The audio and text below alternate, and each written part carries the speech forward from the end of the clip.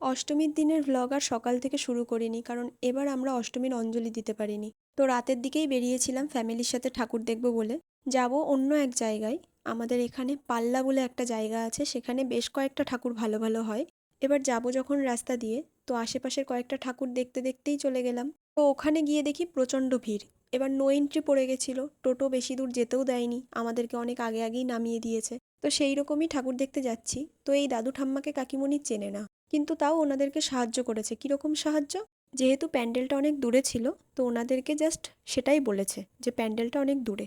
এরকমই আড্ডা ইয়ার্কি মারতে মারতে আমরা বেশ কয়েকটা ঠাকুর দেখে নিয়েছিলাম ওখানকারের, আর সবগুলোই হেঁটে হেঁটে। নো এন্ট্রির কারণে আমাদের টোটো ঠিকই ঢুকতে পারিনি, তবে ভেতরে গিয়ে আমরা টোটোর জ্যামে পড়ে গেছিলাম।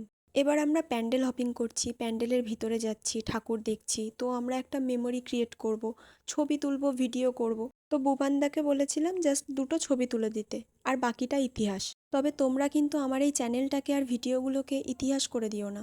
ভালো লাগলে লাইক করো, আর চ্যানেলটাকে সাবস্ক্রাইব করে রেখো। এবার হাঁটতে হাঁটতে আমরা টায়ার্ড হয়ে গেছিলাম, তো কাকার চেনা জানা একটা চায়ের দোকান থেকে সেখানে চলে গেছিলাম। তারপর শটাং ওখান থেকে আবার আমাদের মিশন শুরু, মিশন প্যান্ডেল হপিং।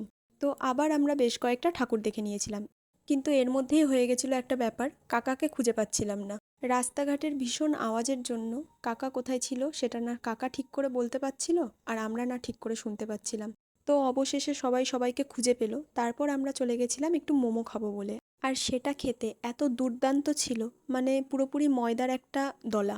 তো এইভাবেই পাল্লাতে ঠাকুর দেখা এই বছরের মতো আমাদের সমাপ্ত হলো। তারপর আমরা আমাদের জায়গাতে ফিরে এবার আমাদের মনে পড়লো যে আইসক্রিম খাওয়া হয়নি, পুজোতে আইসক্রিম ম্যান্ডেটরি। তাই আমরা আইসক্রিম খেতে খেতে আশেপাশের আর দুটো একটা প্যান্ডেল দেখে নিলাম, আর পুটুর এই পাগলামি দিয়েই অষ্টমীটা আমি শেষ করলাম।